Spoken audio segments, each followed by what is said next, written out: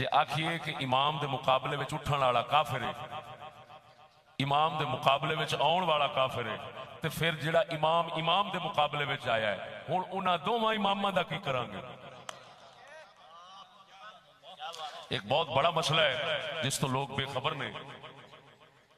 یہ کہہ دینا آسان ہے کہ جی امام دے مقابلے وچ آون والا کافر ہے، تے ہن ایتھے کی بنے گا کہ امام دے مقابلے چ اگر امام آوے، مثلا امام محمد بن حنفیہ مولا علی دا پتر ہے، جنہاں نو امام حنیف لوگ کہندے نے، وہ امام حنیف نہیں، محمد بن حنفیہ، اے اس بی بی دا بیٹا ہے جیڑی بی بی حضرت صدیق اکبر نے پاک علی نو پہلا لونڈی پاک سن تو تحفے چ عنایت فرمائی سی ہے۔ تو آپے سوچ کہ علی دے گھر دا امام بھی صدیق دا دتا تحفہ ہے۔ امام محمد بن حنفیہ امام زین العابدین دا آپس کے اندر اختلاف ہو گیا۔ امام محمد بن حنفیہ فرماندے نے یہ علی پاک دے پتر نے، امام زین العابدین امام حسین دے پتر نے، کی لگے رشتے دے اندر چاچا بھتیجا، چاچے بھتیجے دا جھگڑا پہ گیا، چاچا کہندا امام میں ہاں، بھتیجا کہندا امام میں ہاں، دونوں دا جھگڑا ہو گیا۔ فیصلہ اے ہویا ثالث چننے، جو ثالث فیصلہ کرے گا وہی منا گے۔ ثالث چنیا گیا حجر اسود نو، جڑے بے وقوف جاہل کہندے نے اماماں دے نال مقابلہ کرنے والے کافر ہوندے نے۔ ہن امام دے مقابلے وچ آ گیا ہے، وہ کہندے میں امام ہاں، وہ فرماندے نے میں امام ہاں۔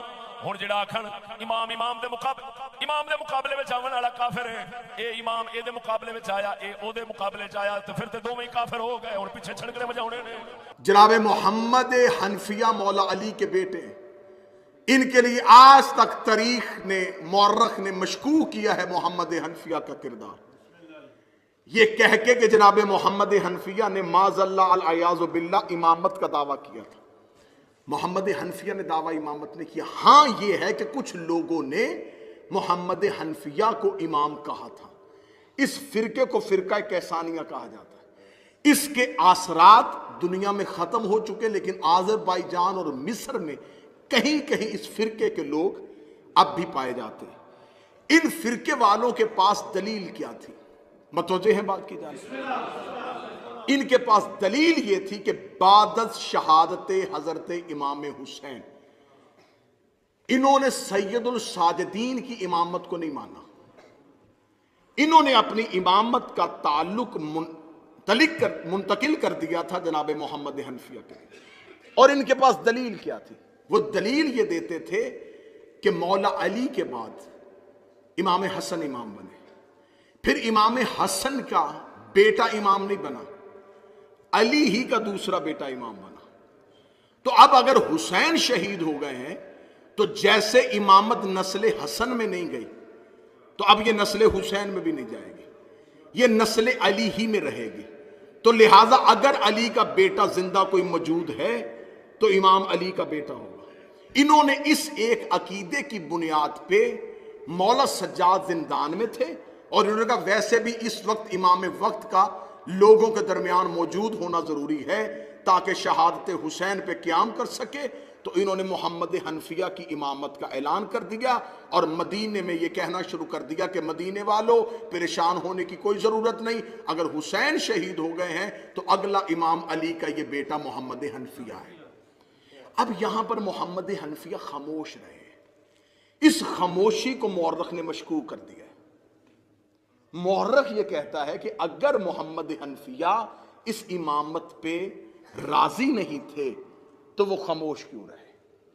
اب ہمیں اس سوال کا جواب ڈھونڈنے کے لیے اس دور میں جانا پڑے گا۔ بہت سے واقعات ایسے ہوتے ہیں جس کا جواب اس دور میں ہی مل سکتا ہے، اس ماحول میں نہیں مل سکتا، اس ماحول میں جانا پڑے گا۔ جب ہم اس ماحول میں گئے تو ایک بہترین جواب ملا۔ جب جناب محمد حنفیہ کے لیے ان لوگوں نے امامت کا اعلان کیا تھا، اس وقت سید الساجدین شام کے زندان میں تھے، اور دمشق میں ایک سازش کر لی گئی تھی کہ قتل حسین کے بعد آنے والا امام یہ سجاد، اور اس کے بعد آنے والا امام محمد باقر ہے۔ دونوں باپ اور بیٹا کو شام کے زندان میں قید کرو، اس قید کو اتنا طولانی کرو، اتنا لمبا کرو کہ نسل امامت یہیں پہ ختم ہو جائے۔ اگر سجاد ضعیفی کی وجہ سے زندان میں مر جائیں تو اس کے بعد جو بیٹا باقر ہے یہ کم سن ہے، لہٰذا اسے بھی زندان میں رکھو، تو نسل امامت یہیں سے قطع ہو جائے، تاکہ ہم قتل حسین کے بعد اپنا اصل ہدف پا سکے کہ ہم نے صرف محمد کا بیٹا قتل نہیں کرنا تھا، ہم نے نسل محمد اور نسل امامت کو قطع کر دیا ہے۔ پھر ہم بنی امیہ بلا شرکت غیر دنیا میں حکمرانی کر سکیں گے۔ ادھر دمشق میں بند کمرے میں یہ سازش ہوئی، ادھر مدینے میں کچھ لوگوں نے محمد حنفیہ کی امامت کا اعلان کر دیا۔ خبر دمشق پہنچ گئی کہ تم سجاد کو قید کر کے بیٹھے ہو، یہ تو امام ہے ہی نہیں۔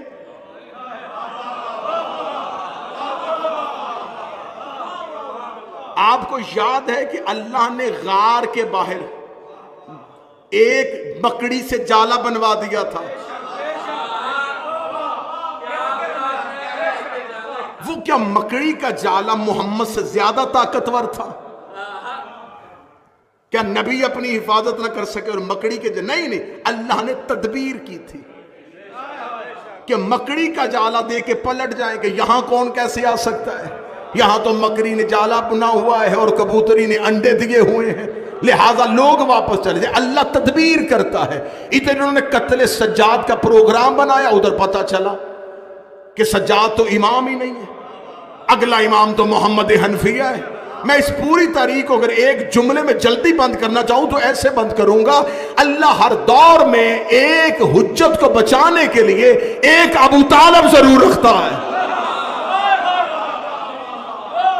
محمد حنفیہ اس دور کا، جناب محمد حنفیہ اس دور کے ابو طالب۔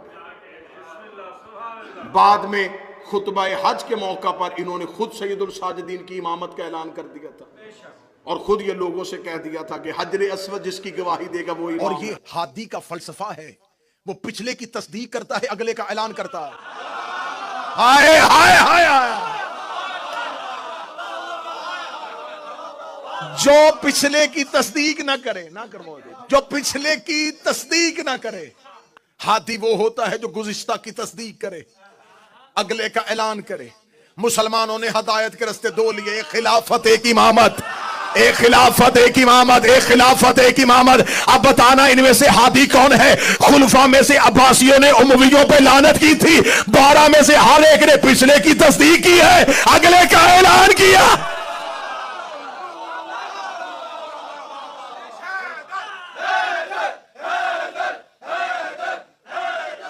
سولہ رجب علی دست محمد پہ، 15 رمضان حسن دست محمد پہ، 3 شعبان حسین دست محمد پہ، صحابی قدم محمد پہ، اولاد دست محمد پہ۔ صحابی اور اہل بیت میں اتنا فرق ہے جتنا ہاتھ اور پاؤں میں ہوتا ہے۔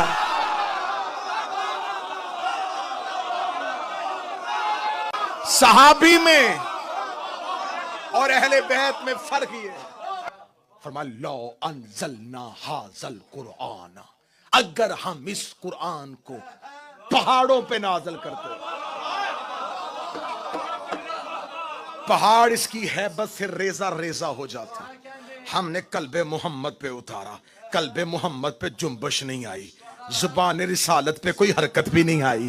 اگر پہاڑ پہ نازل کرتے، وہ جس کو پورے قرآن سے جنبش نہیں آئی اسے بخار میں ہذیان۔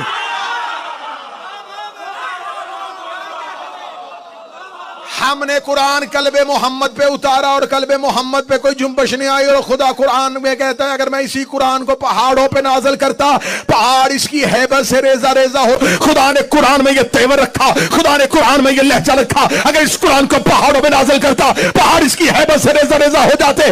یہ لہجہ یا مجھے قرآن میں نظر آیا یا نہج البلاغہ میں نظر آیا۔ علی نے مسجد کوفہ کے منبر ابیض پہ بیٹھ کے کہا خدا کی قسم اگر اللہ میری ولایت کو پہاڑوں پہ نازل کرتا ریزہ ریز، اگر اللہ میری ولایت کو پہاڑوں پہ نازل کرتا پہاڑ اس کی ہیبت سے ریزہ ریزہ ہو جاتے۔ اس کا مطلب قرآن اور علی کی ولایت ایک ہی چیز۔ اب اگلی سطر کہوں ہاضم معدے مضبوط رکھنا. اب اگر قرآن میں اللہ نے علی کی ولایت کو قرآن کہا ہے تو مجھے مولوی بتاؤ میں نماز میں قرآن نہ پڑھوں تو کیا پڑھوں؟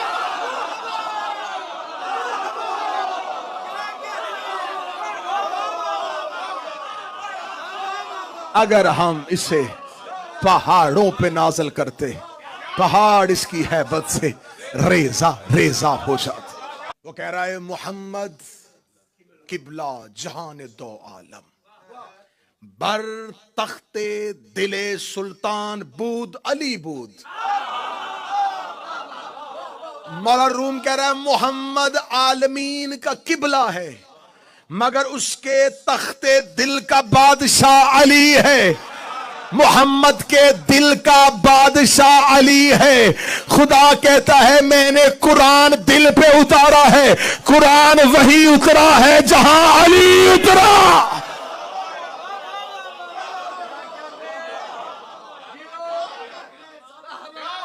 صحیح بخاری باب مناقب سیدہ، صحیح بخاری میں ہے حدیث، رسول نے فرمایا الفاطمہ تو قلبی،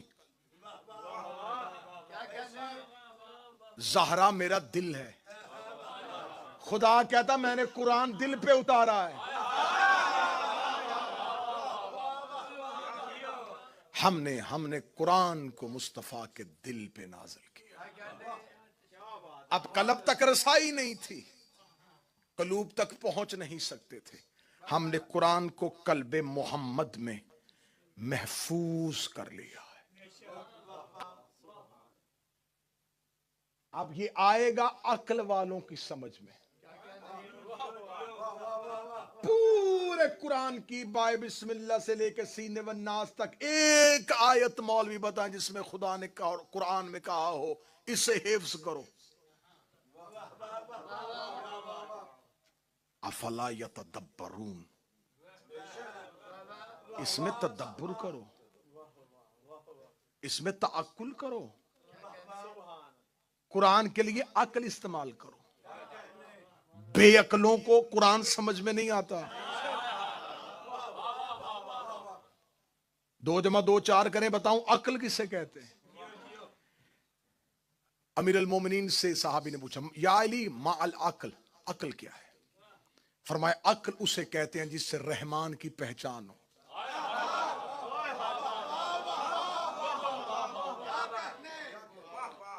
اس نے کہا مولا اس کا مطلب جو بھی رحمان کو پہچانے وہ صاحب عقل ہے. فرمایا میں نے رب کو ماننے کا نہیں کہا،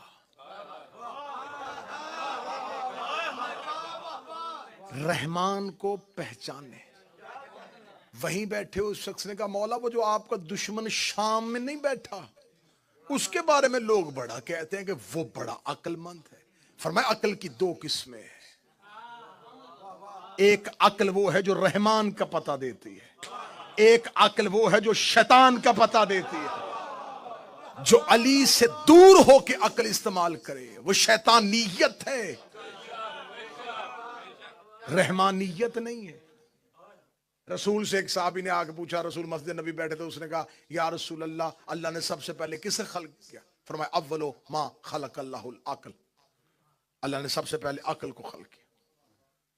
تھوڑی دیر بعد ایک دوسرا شخص آیا، اس نے کہا یا رسول اللہ اللہ نے سب سے پہلے کیا چیز بنائی تھی؟ فرمایا اولو ما خلق اللہ القلم، اللہ نے سب سے پہلے قلم کو خلق کیا. وہیں پہ بیٹھے ہوئے شام کو ایک تیسرا شخص آیا، یا رسول اللہ اللہ نے سب سے پہلے کیا چیز بنائی تھی؟ فرمایا اولو ما خلق اللہ نوری، اللہ نے سب سے پہلے میرے نور کو خلق کیا تھا. ایک ایسا بندہ بیٹھا تھا جس نے تینوں کے سوال سنے تھے. اس نے کہا یا رسول اللہ جان کی امان پاؤں تو ایک عرض کروں، میں صبح سے بارگاہ رسالت میں حاضر ہوں. پہلا شخص آیا تھا، آپ نے کہا اللہ نے عقل کو خلق کیا، دوسرے کو کہا قلم کو خلق کیا، آپ اس کو کہا نور کو خلق کیا، تو میرے یا رسول اللہ اللہ نے سب سے پہلے خلق کیا کسے تھا؟ رسول کے چہرے پہ تبسم آیا. فرمایا تو کیا سمجھتا ہے یہ تینوں علیحدہ علیحدہ ہیں؟ عقل بھی ہم ہیں، قلم بھی ہم ہیں، نور بھی ہم ہیں.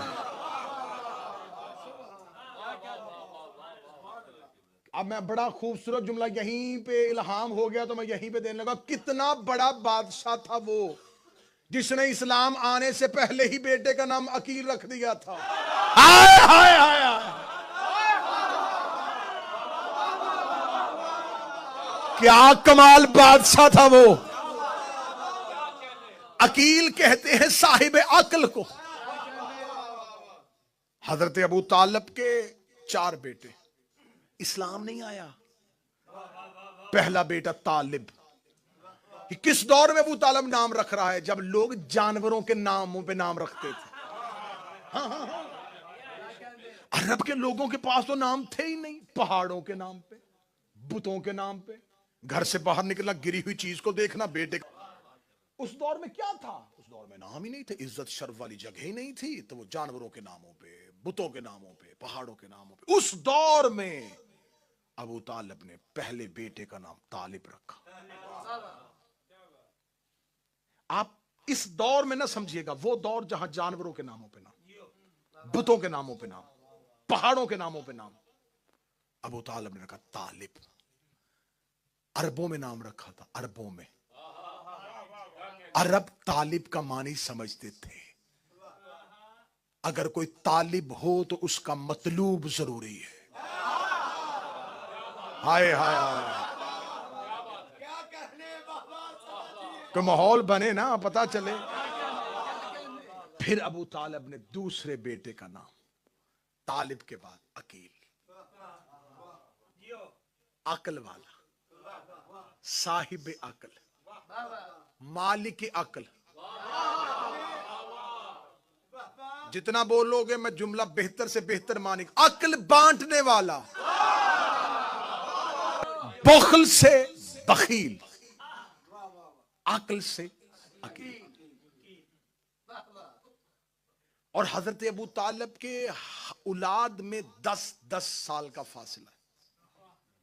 بڑے بیٹے طالب 10 سال چھوٹے عقیل, 10 سال چھوٹے جعفر, 10 سال چھوٹے ام ہانی, 10 سال چھوٹی جناب جمانہ, 10 سال چھوٹے علی, علی سے 10 سال چھوٹا اسلام. ہائے ہائے ہائے ہائے ہائے. مولا حسین عزت تھا. مجھے حسین کی قسم ہے, اسلام اور علی کے درمیان 10 سال کا فرق ہے. اسلام ابو طالب کے مذہب کا نام نہیں, ابو طالب کے بیٹے کا نام ہے. توہین سمجھتا ہوں میں منبر پہ ایمان ابو طالب پڑھنا.